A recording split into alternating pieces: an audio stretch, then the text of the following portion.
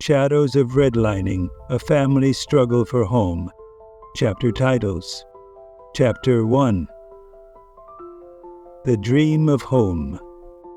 The dream of home ownership was more than just a desire for a house. It was a symbol of stability, security, and upward mobility for the Taylor family.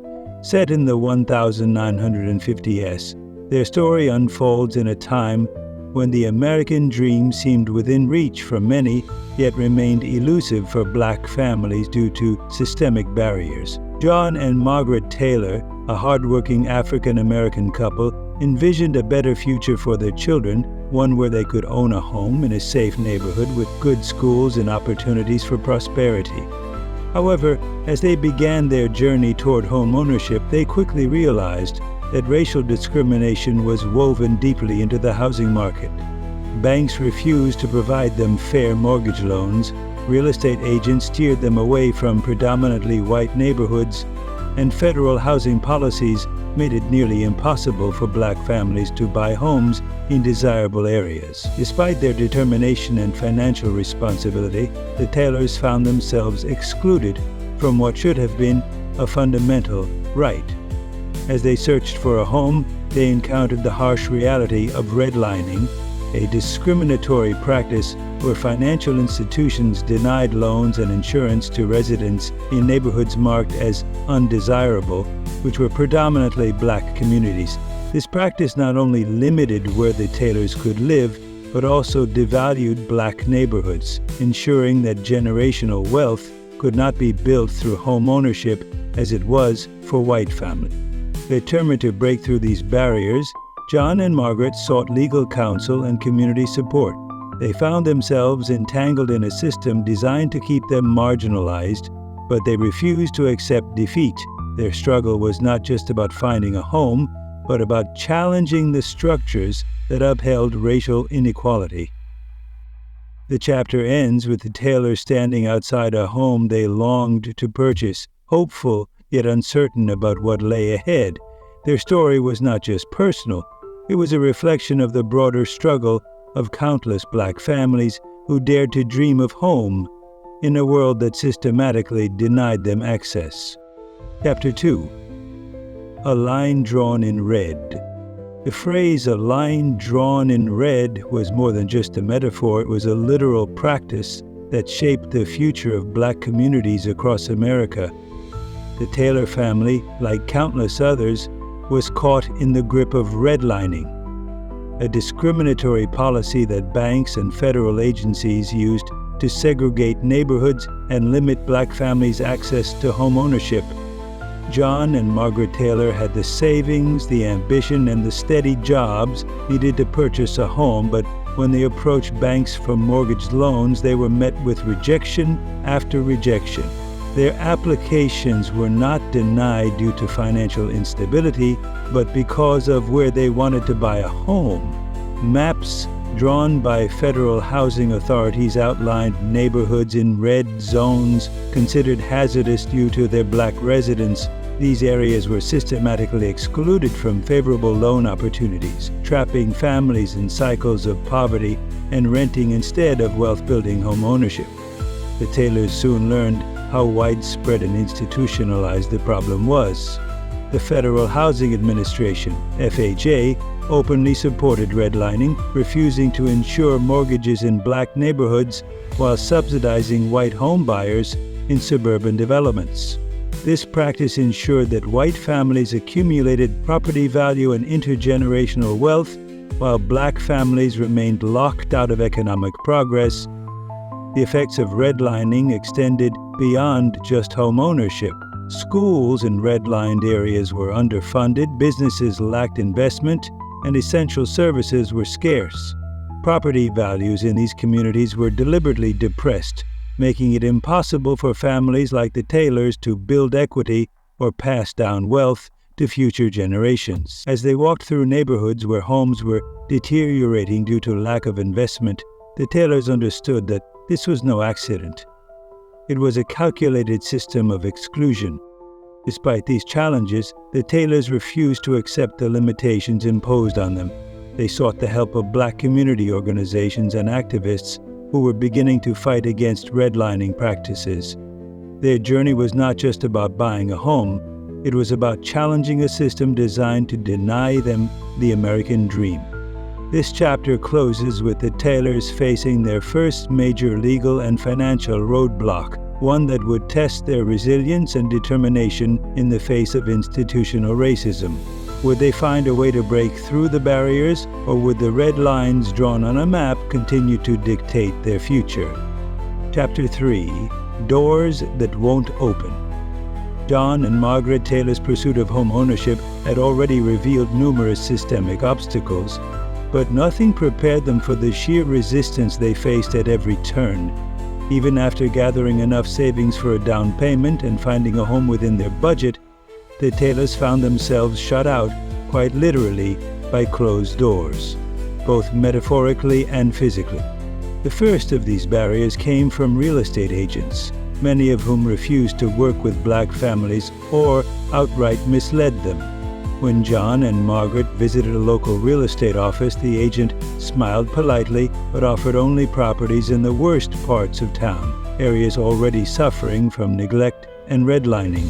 When they insisted on seeing homes in middle-class neighborhoods, the agent hesitated before responding.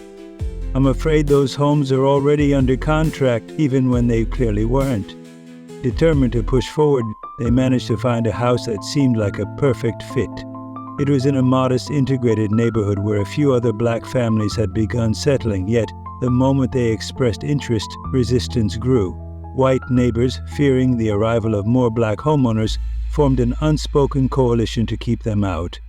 They pressured the seller not to sell, spreading rumors about how black families would lower property values and bring crime.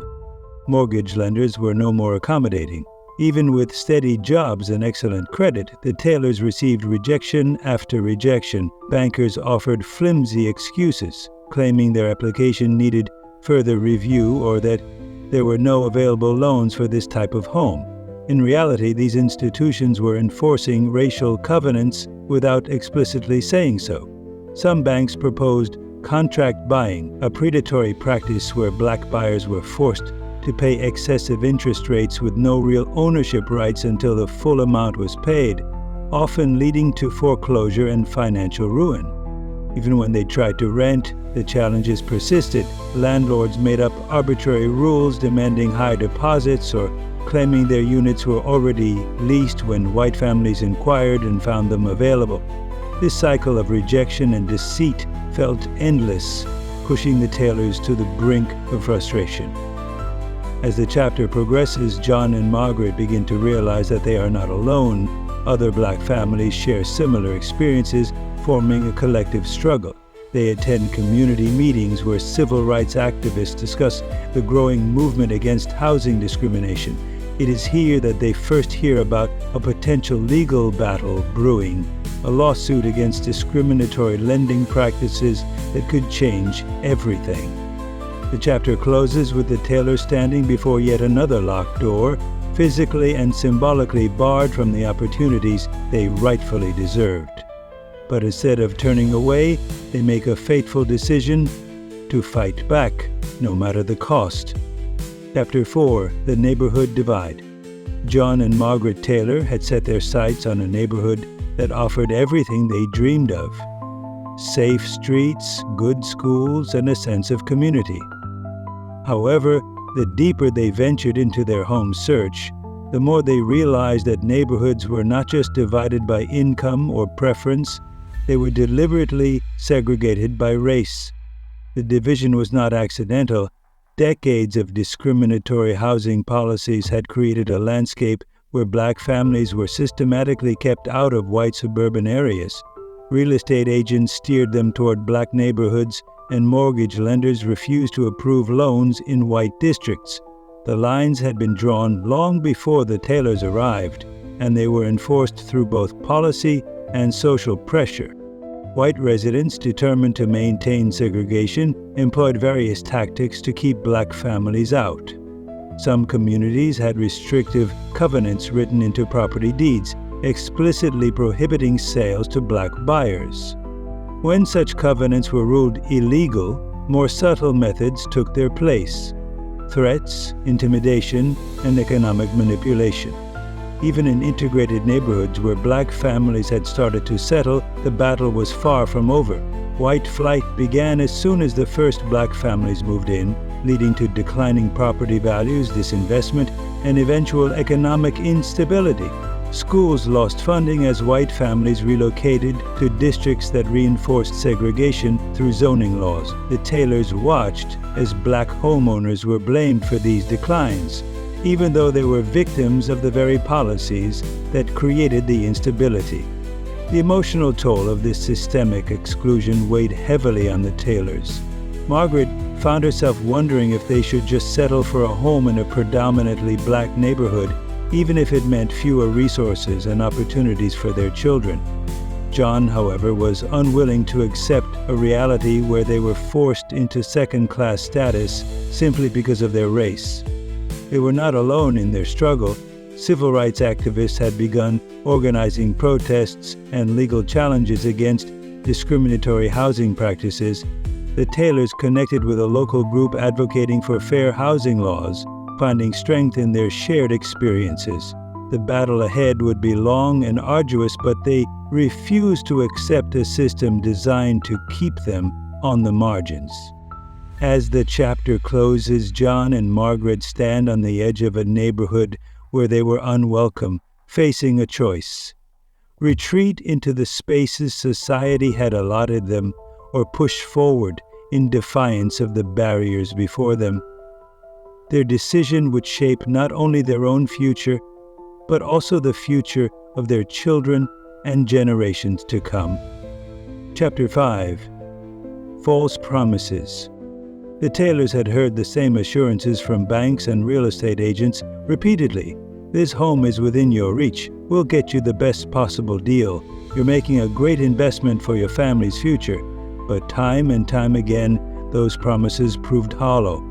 Every step forward seemed to be met with unexpected roadblocks, cleverly disguised as standard procedures or bureaucratic red tape. One of the most deceptive practices they encountered was contract buying. Unlike traditional mortgages where homeowners gradually built equity, contract buying meant black families paid installments on a home they didn't legally own until the final payment was made. If they missed even one payment, they could be evicted without warning, losing everything they had already paid. It was a system designed to exploit black homebuyers, extracting wealth while offering no real security. The Taylors also faced bait-and-switch tactics. They would express interest in a home that was advertised as available, only to be told at the last minute that it had been mistakenly listed or was suddenly off the market. Instead, they were shown homes in neglected black neighborhoods, often at inflated prices and under predatory loan conditions. Even when they managed to secure a loan, hidden fees, balloon payments, and unreasonably high interest rates made the financial burden nearly unbearable. The institutions promising home ownership as a pathway to stability were in reality setting black families up for financial ruin. The American dream, it seemed, was not meant for everyone. As the chapter unfolds, the Taylors begin to see a pattern. They are being systematically deceived and excluded, but they are not alone. At a community meeting, they meet other black families who have faced similar injustices. Together, they start to organize, gathering evidence and seeking legal counsel to challenge the institutions profiting off their vulnerability. The chapter ends with a sense of both frustration and resolve. The Taylors realize that if they want justice, they will have to fight for it, but they also know that the fight will not be easy. The system was built to keep them out, but they refuse to accept defeat. The question remains, can they hold the perpetrators of these false promises accountable, or will the weight of systemic racism crush their dreams of home ownership? Chapter 6. Signed but not secured. After months of struggle, countless rejections, and exhausting negotiations, John and Margaret Taylor finally managed to secure a mortgage agreement. At least, that's what they thought. With a mixture of relief and apprehension, they signed the necessary documents, believing they were one step closer to home ownership. However, as they would soon discover, a signature on a contract did not guarantee security. The terms of their mortgage were riddled with predatory clauses. Unlike the fair loans granted to white buyers in suburban developments, the Taylor's mortgage had significantly higher interest rates, balloon payments, and hidden fees that could lead to foreclosure at the slightest financial misstep. The bank had assured them it was the best deal they could get, but they had no way of knowing that white families in similar financial situations were offered loans with far more favorable terms. Their first few months of home ownership were filled with uncertainty. Each bill was scrutinized, and every unexpected expense threatened their ability to make payments on time. They quickly realized that their home was not truly theirs. It was a fragile investment that could be taken from them at any moment. Even worse, the neighborhood around them began to change as white homeowners, seeing an influx of black families, started selling their homes and leaving, causing property values to plummet. What had once been a stable investment was now at risk of turning into a financial trap. John and Margaret faced harassment from their new neighbors, ranging from silent disapproval to overt hostility. Some of their white neighbors refused to acknowledge them, while others went so far as to vandalize their property, breaking windows and leaving threatening notes. Despite reporting these incidents, the local authorities offered little help, dismissing their concerns as exaggerations. The Taylors also began to see that their mortgage lender was not operating in good faith. Payments they made on time were marked as late. Penalties were added without explanation, and communication with the bank became increasingly difficult. It became clear that the lender was setting them up to fail, pushing them toward foreclosure so that the property could be resold at a profit. They were not alone. Many other black families who had managed to buy homes were facing similar schemes designed to strip them of their property and their wealth. Realizing they were being exploited, John and Margaret sought legal counsel. They attended community meetings where activists and lawyers were beginning to challenge these discriminatory lending practices. They learned that what was happening to them was not an isolated case, but part of a larger, systemic effort to deny black families the ability to build generational wealth through home ownership. This chapter ends with the Taylors standing at a crossroads. Should they continue fighting to keep a home that seemed to be slipping from their grasp, or should they cut their losses before they were financially ruined? The battle for fair housing was far from over, and they knew that their fight was not just for themselves, but for the countless others who had been deceived by the illusion of security in a deeply unjust system. Chapter 7. When laws fail. John and Margaret Taylor had placed their faith in the legal system, believing that the laws meant to protect homeowners would shield them from the discrimination and exploitation they had faced. However, they soon discovered that laws, while written with the intent of justice, often failed those who needed them most. Their first attempt at legal recourse was met with dismissiveness. When they approached the local housing authority to report predatory lending practices, they were told that there was little that could be done. The official they met with, a middle-aged bureaucrat who barely looked up from his paperwork, explained in an indifferent tone that while discrimination in housing was technically illegal, proving it was another matter entirely. The banks and real estate agents they accused of wrongdoing could simply claim that their decisions were based on financial considerations rather than race. The Taylors decided to take their case further, reaching out to civil rights lawyers who had begun filing lawsuits against discriminatory housing practices. They learned that other black families had experienced the same struggles: denied mortgages, overcharged interest rates, and contract buying schemes that left them vulnerable to eviction. Together, these families hoped that legal action would bring justice and change. However, the legal system moved painfully slow. Months passed as attorneys gathered evidence, and in that time, the Taylors' financial struggles grew worse. Their mortgage lender had raised their interest rate unexpectedly, citing vague market adjustments, which made their monthly payments nearly impossible to manage. Their legal representatives argued that this was a clear case of racial targeting, but the courts required extensive proof, shifting the burden onto the Taylors rather than the institutions that had harmed them. Even when cases did reach the courts, victories were rare. Laws that existed to combat housing discrimination were often weakly enforced, and judges frequently ruled in favor of banks and lenders. The Taylors sat in courtrooms where their experiences were downplayed, their struggles brushed aside as unfortunate but legal. It was clear that the system had been designed to protect those in power rather than to serve justice. The disappointment and frustration of these legal battles weighed heavily on John and Margaret.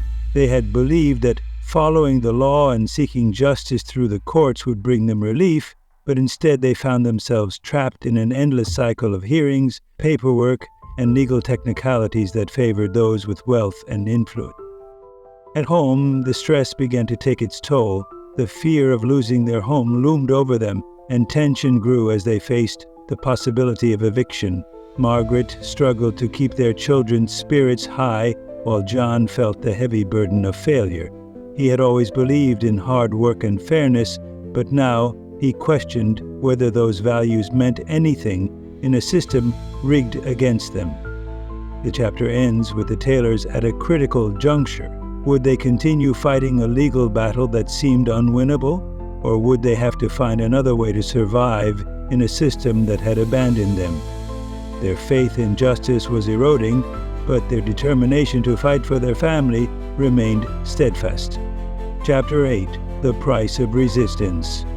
John and Margaret Taylor had spent years battling against systemic discrimination in housing, but with every step forward, there was a price to pay. Their refusal to accept substandard living conditions and predatory loans had made them targets. Resistance, they quickly learned, was not without consequences. The backlash began subtly at first. The real estate agents who had once smiled politely now refused to return their calls. Banks that had initially been willing to entertain their mortgage applications suddenly imposed new restrictions. Some of their white co-workers became distant, and Margaret overheard whispers at the grocery store about troublemakers stirring up issues where none supposedly existed. But soon the retaliation became more overt. Harassment became a daily occurrence. Their mailbox was frequently stuffed with anonymous letters warning them to stay where they belong. Their children were taunted at school, and teachers did little to intervene. On several occasions, they found their tires slashed, a crude message left on their windshield, "Leave now." One night, as John returned home from a community meeting, he noticed a group of men standing near the edge of their property. Their presence was a clear warning. They didn't say anything. They didn't have to. The message was understood. You are not welcome here. The Taylors were not the only ones suffering for their defiance. Other black families who had joined them in protesting discriminatory housing practices found themselves targeted as well. Some lost their jobs under mysterious circumstances. Others faced sudden evictions when their landlords, under pressure from white neighbors, refused to renew their leases. The cost of speaking out was high, and some families, fearing for their safety, chose to quietly leave rather than endure further persecution. But for John and Margaret, leaving was not an option. They had fought too hard, sacrificed too much. Running would mean surrendering to the forces trying to keep them out.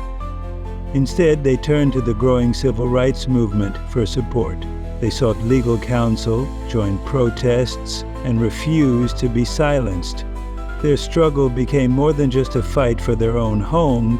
It became a stand against an entire system designed to keep black families in the margins. The chapter ends with an act of defiance, the Taylors hosting a community meeting in their own home, despite the threats. Their house, once a battleground, now became a place of resistance, a symbol of their refusal to back down. The price of resistance was steep, but they were prepared to pay it, no matter the cost. Chapter 9. Community in Crisis. As the Taylors continued their battle against housing discrimination, they quickly realized that their struggle was part of a much larger crisis affecting Black communities across the city. Redlining, predatory lending, and systemic neglect had created an environment where homeownership was a rarity and economic mobility was nearly impossible. The signs of decline were everywhere: abandoned homes, failing schools, and businesses shuttering their doors due to lack of investment. The crisis was not just financial, it was deeply personal. Families who had lived in their neighborhoods for generations were being pushed out by unfair lending practices and rising rents. Landlords, seeing an opportunity to exploit the housing shortage, began increasing rent prices to unaffordable levels, forcing tenants to leave. Eviction notices became common, and shelters overflowed with families who had nowhere else to turn. The Taylors attended community meetings where residents voiced their fears and frustrations. Some had lost their homes due to contract buying schemes, while others had been denied bank loans despite having good credit. Local activists, recognizing the severity of the situation, started organizing protests and legal action. They demanded fair lending practices, reinvestment in Black neighborhoods, and the end of discriminatory housing policies. But the more they fought for change, the greater the resistance they faced. White city officials dismissed their concerns, claiming that the problems were the result of economic downturns rather than racial discrimination.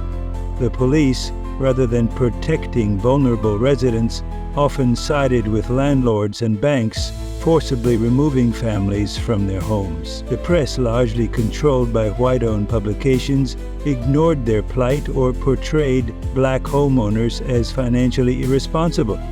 Despite these setbacks, a sense of solidarity grew within the community.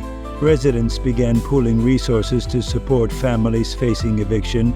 They created housing cooperatives to resist displacement and offered legal aid to those fighting foreclosure. Churches and local businesses played a crucial role, providing food and financial assistance to struggling families. For the Taylors, the crisis was a painful reminder that their fight for homeownership was about more than just securing a house. It was about preserving the stability and dignity of an entire community. They saw firsthand how systemic racism did not just deny individuals access to housing, but worked to dismantle entire neighborhoods. As the chapter closes, John and Margaret stand with their neighbors at a rally for fair housing rights. The weight of the crisis is heavy, but the collective determination of the community burns brighter than ever. They are no longer just fighting for themselves, they are fighting for their friends, their children, and the generations to come.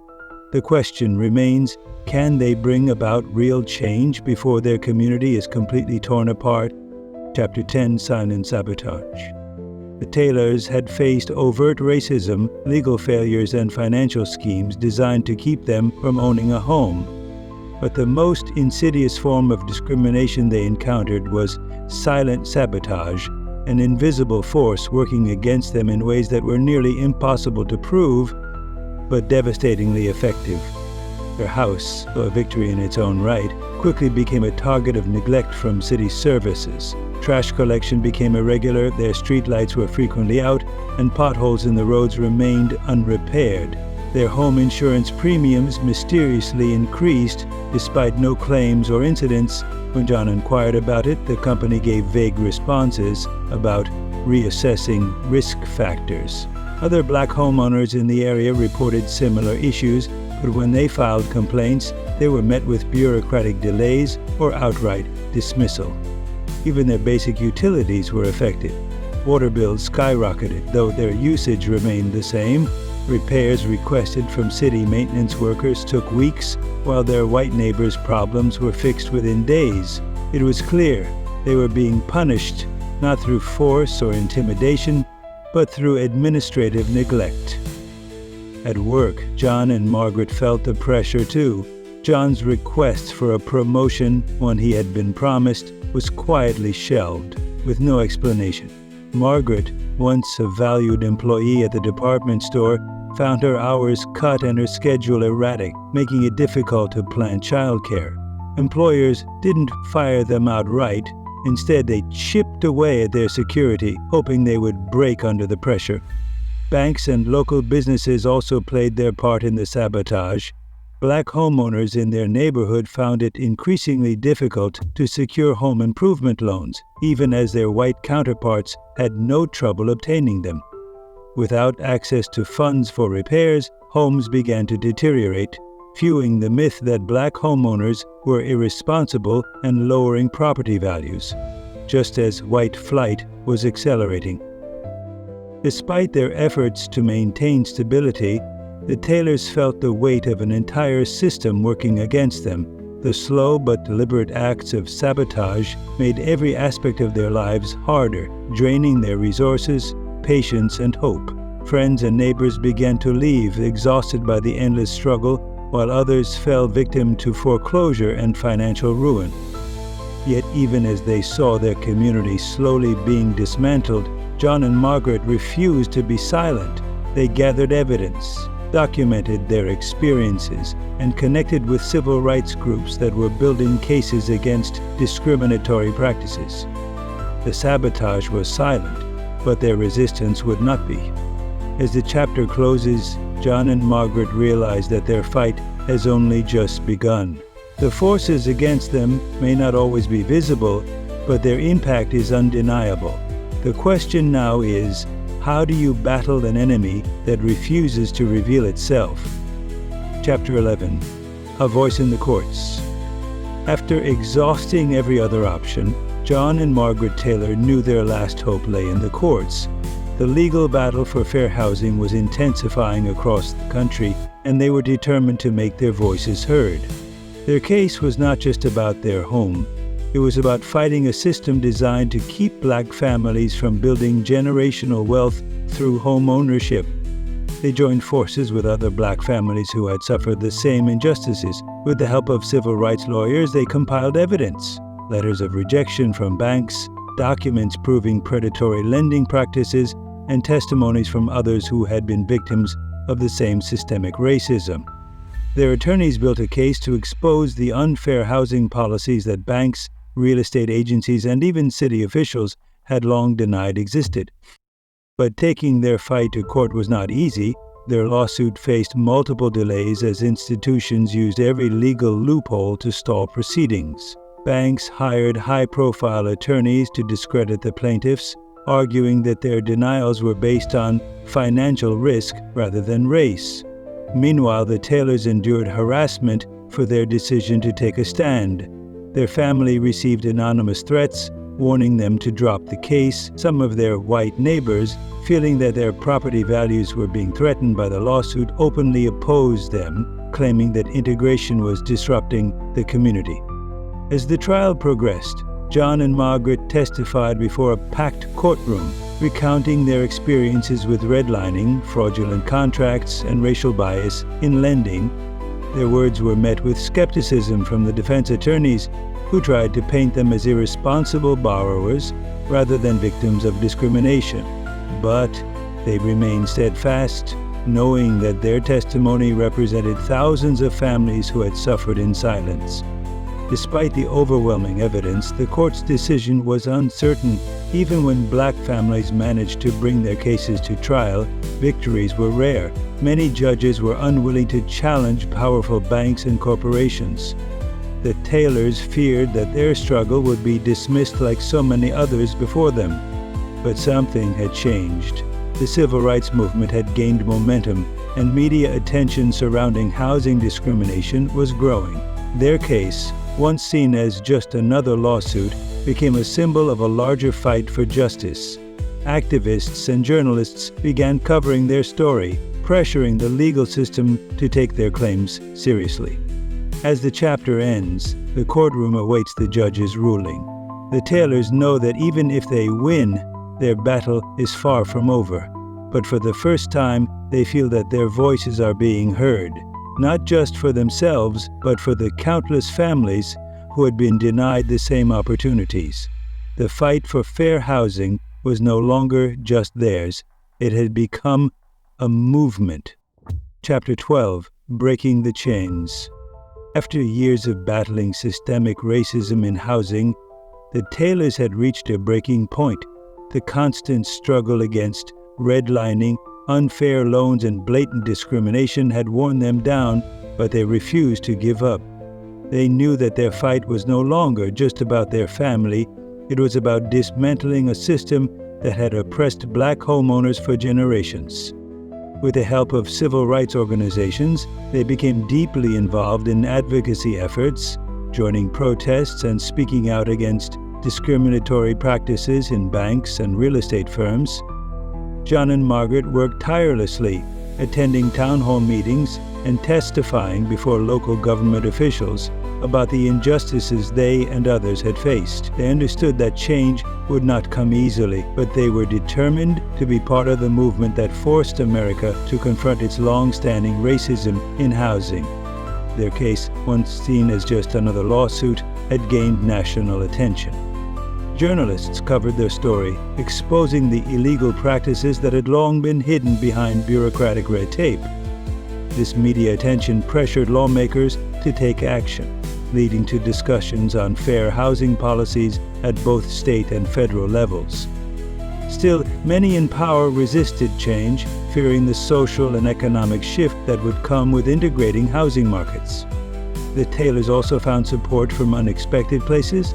A small but growing number of white allies joined their cause, recognizing the injustice of redlining and systemic discrimination.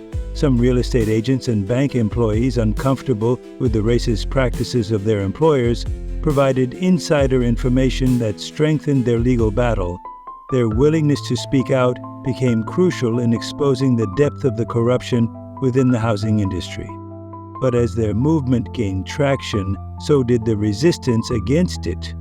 Threats against their family increased, and their activism made them targets for those who wanted to maintain the status quo. They were followed, harassed, and even physically confronted by individuals who saw their actions as a threat to traditional communities. Yet despite the danger, they continued pushing forward, fueled by the belief that their children and future generations deserved a fair chance at homeownership and economic stability. The breakthrough came when a landmark court ruling declared the lending practices they had fought against illegal. It was a victory, but not a complete one. While the ruling set a precedent, it did not immediately erase the decades of discrimination that had already disadvantaged Black homeowners. The fight was far from over, but it was a step in the right direction. The chapter ends with the Taylors standing in front of their home, no longer just a house, but a symbol of resilience. They had broken the chains of systemic oppression, at least in part, but they knew that the battle for true equality in housing was still ongoing. They had paved the way for future generations, proving that change was possible, but only if people were willing to fight for it. Chapter 13: A Home at Last. After years of relentless struggle, legal battles, and community resistance, John and Margaret Taylor finally held the deed to their home. The weight of the moment was immense. It was a victory not just for them, but for every Black family that had been denied the right to home ownership. However, as they settled into what should have been a dream realized, they quickly learned that owning a home was not the same as securing a future free from discrimination and hardship. Their new home was a modest yet beautiful structure, standing as a testament to their perseverance. But their arrival in the neighborhood was met with wary stares and hushed whispers. Some white residents had already begun moving out, fearing that more Black families would follow. This trend, known as white flight, threatened to further destabilize property values and community investment. The Taylors understood that their presence alone was seen as a disruption to the status quo, and the battle to belong was far from over. Even within the walls of their home, challenges persisted. The mortgage payments, though secured at fairer terms after their legal victory, still felt like a burden. The banks remained untrustworthy, and the fear of predatory policies lingered. Maintenance and repairs, often simple for white homeowners with access to home improvement loans, became an uphill battle as lenders continued to deny black families the resources necessary to upkeep their properties. The Taylors had to rely on the collective strength of their community, neighbors who banded together to support one another in times of need. Beyond financial struggles, their children faced difficulties at school. Despite laws mandating integration, racial tensions ran high, and their son and daughter experienced subtle but persistent forms of discrimination from teachers and classmates alike. Margaret found herself advocating for them, much like she and John had fought for their home, determined to ensure they received the same opportunities as their white peers. Despite these struggles, there were moments of joy. Their home became a sanctuary, a place where their family could gather, where holidays and milestones were celebrated, and where their children could dream of futures that weren't dictated by the limitations of a racially divided society. They found solidarity with other black homeowners who had fought similar battles, and together they built a tight-knit community within a system designed to keep them apart. As the chapter closes, John and Margaret sit on their front porch, reflecting on their journey. Their home was not just four walls and a roof. It was a statement, a symbol of defiance against an unjust system. They had won a battle, but the war against racial housing inequality was far from over. They knew that future generations would have to continue the fight, but for now, they allowed themselves to breathe in the reality of their accomplishment. The American dream had come at a cost, but at last they had a place to call their own. Chapter 14. Legacy of Struggle. The Taylors had fought tirelessly for the right to own a home, and while they had secured a victory for themselves, they knew that this struggle was far from over. Their story was not just a personal triumph, but a testament to the resilience of an entire community that had been denied access to the American dream for generations. As John and Margaret settled into their home, they reflected on the sacrifices it had taken to get there. The nights filled with uncertainty, the legal battles, the threats, and the relentless obstacles. Each hardship had left a mark, shaping their understanding of what it truly meant to fight for equality. They knew that their journey was now part of a much larger historical narrative, one that would influence generations to come. Their children, growing up in the home they had fought so hard to keep, would never fully understand the depths of the struggle their parents had endured. But John and Margaret were determined to make sure they knew the significance of their home, not just as a physical space, but as a symbol of resistance and hope. John began working with local activists, helping other black families navigate the treacherous path to homeownership. He shared his experiences at community meetings, warning about the predatory lending practices and hidden traps that had nearly cost them everything.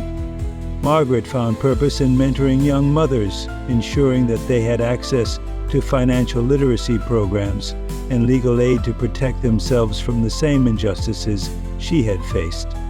Yet, despite their efforts, the barriers to homeownership persisted. Redlining had been declared illegal, but new, more covert forms of discrimination replaced it. Black families still faced higher interest rates, systemic undervaluation of their homes, and exclusion from wealth-building opportunities. Banks and city officials found loopholes to continue keeping black communities economically disadvantaged. Still, the Taylors refused to be discouraged. They understood that change was a long, ongoing battle and that their work would extend far beyond their own lifetimes. Their story became part of a movement that would lay the groundwork for future generations to challenge injustice and demand the rights they had long been denied. John and Margaret witnessed the first glimpses of progress when a new generation of activists, inspired by their story, took up the fight.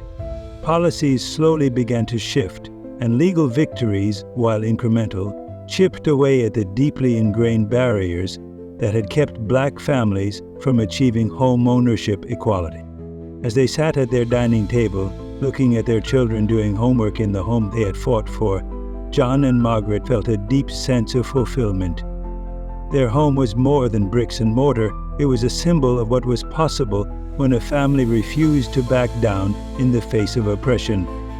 The legacy of their struggle would live on, not just in the house they had secured, but in the minds and hearts of those who would continue the fight. The struggle had defined them, but it had not broken them. Instead, it had forged a legacy of resilience, courage, and hope, one that would inspire generations to come. And though they had achieved their dream, they knew that the fight for justice would never truly be over until every family, regardless of race, had an equal chance at the American dream. Chapter 15, Shadows Lifted. The weight of generations had been carried on their shoulders, but now, as John and Margaret Taylor stood in the doorway of their home, they could finally feel the light breaking through. The shadows that had loomed over their journey, the red lines drawn to exclude them, the silent sabotage, the unjust policies, had not vanished, but they had begun to lift. For the first time in years, they allowed themselves to breathe without fear. Their home was not just a structure, not just a hard-fought asset. It was proof that resistance bore fruit. It was a testament to the countless nights spent strategizing, the community meetings, the legal battles, and the unwavering belief that they deserved more than what the system had allowed. Their neighborhood, once threatened by white flight and economic abandonment, had begun to transform. The work of activists, the push for fair lending practices, and the relentless spirit of Black homeowners had sparked slow but visible change. Black-owned businesses began to flourish, schools received long overdue funding, and new families arrived, no longer afraid to claim space where they had always belonged. The Taylors' children, now older, could see the world with clearer eyes. They had witnessed firsthand what perseverance looked like, and they understood that their parents' sacrifices were not just about keeping a roof over their heads, but about securing dignity, opportunity, and legacy. They would carry that knowledge forward, determined to ensure that history would not repeat itself. Despite the victories, John and Margaret knew the fight was not over. They saw the policies still needing reform, the families still struggling, the battles that remained to be won. But for now, they allowed themselves a moment of peace. As they sat together in their living room, the evening sun casting long shadows that stretched across their walls, they understood that those shadows no longer held the power they once did. They had lifted them step by step, choice by choice, battle by battle, and in their place there was flight,